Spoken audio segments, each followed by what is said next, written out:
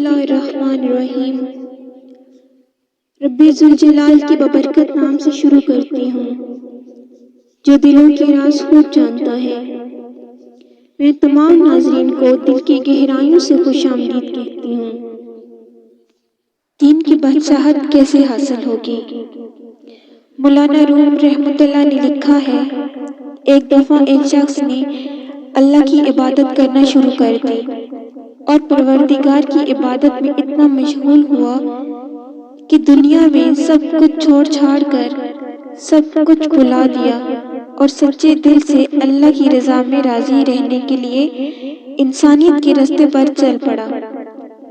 مولانا روم رحمۃ اللہ کہتے ہیں، ایک وقت وہ آیا کہ اس کے گھر میں کچھ کھانے کو بھی نہ بچا، اور ہوتے ہوتے وہ وقت بھی آیا کہ گھر باہر سب ختم ہو گیا اور وہ شخص چلتے ہوئے موت کے انتظار میں گلیاں گھومتا۔ اب تو بچا کچھ نہیں، تو انتظار ہی کر سکتا ہوں، اللہ سنبھال لے۔ ایک دن بیٹھا ہوا تھا، دیکھا اس کے قریب سے ایک لمبی قطار میں گھوڑے گزرے۔ ان گھوڑوں کی سیٹ سونے اور چاندی سے بنی ہوئی تھی اور ان کی پیٹھوں پر سونے کے کپڑے پہنے ہوئے تھے۔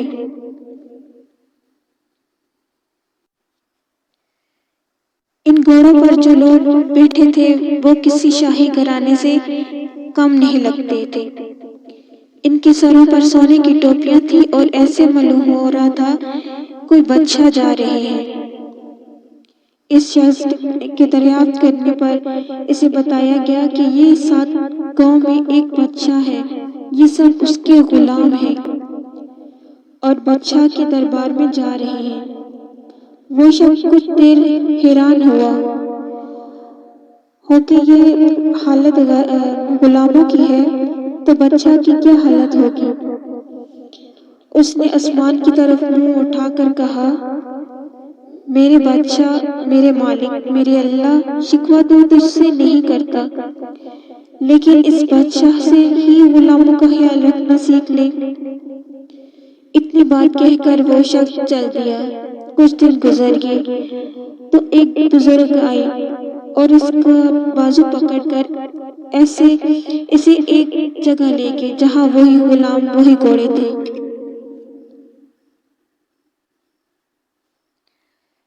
اور دیکھتا ہے کہ کسی گھوڑے کی ٹانگ کٹی ہوئی ہے، کسی غلام کا دھڑ گھوڑے کے پشت پر پڑا ہوا ہے، کسی غلام کے ہاتھ کٹے ہوئے ہیں، کسی کے سر سے خون نکل رہا ہے۔ کوئی گھوڑے کو زخمی حالت میں واپس لے کر جا رہا ہے۔ وہ شخص حیران ہوا اور بزرگ سے پوچھا، جناب آپ کون ہیں اور یہ سب کیا ماجرا ہے؟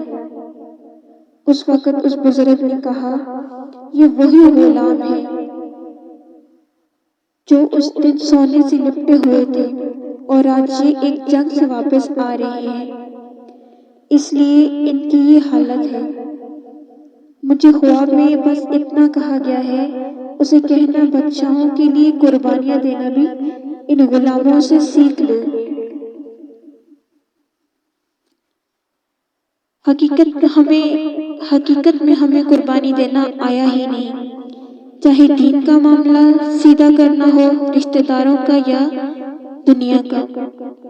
جس دن ہم قربانی دینا سیکھ لیں گے، دین کے لیے، اپنوں کے لیے اور دنیا کے لیے، اس پر توکل کرنا سیکھ لیں گے، اس دن شہنشاہ اللہ رب العزت ہمیں ایسی بادشاہت عطا فرمائے گا جو کبھی نہ ختم ہوگی۔